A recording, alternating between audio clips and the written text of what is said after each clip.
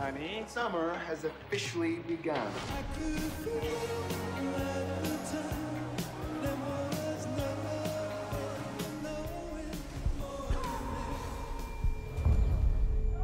I've never seen or heard of anything like this.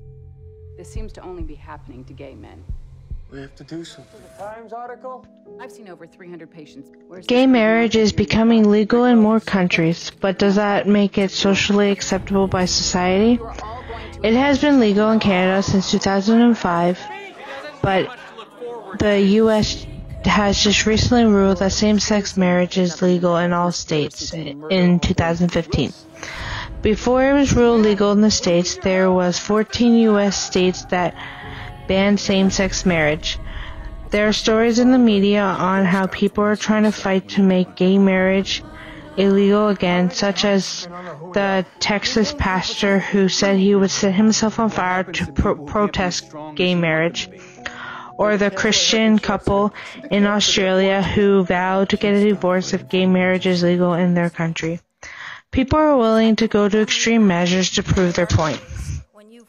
Anyone who identifies as LGBT have a higher chance of becoming depressed, not being accepted in society. Gay teens are getting kicked out onto the streets and generally getting bullied a lot more. Religion plays a huge part in not accepting gays since they believe they are fighting for God and following the rules of the Bible. But what happened to the messages of God wanting us to treat each other equally? About college or work. In Russia, this 21-year-old man is bleeding after national conservative extremes have surrounded, beaten and kicked him and his friends for attending a gay pride rally. It is really horrible what society can do to those who are homosexual. That feeling of being singular and different and alone carried over into my 20s and into my 30s. When I was 33, I started working on a TV show that was successful not only here in the States but also abroad, which meant over the next 4 years I was traveling to Asia, to the Middle East, to Europe, and everywhere in between. And in that time, I gave thousands of interviews. I had multiple opportunities to speak my truth, which is that I was gay. But I chose not to.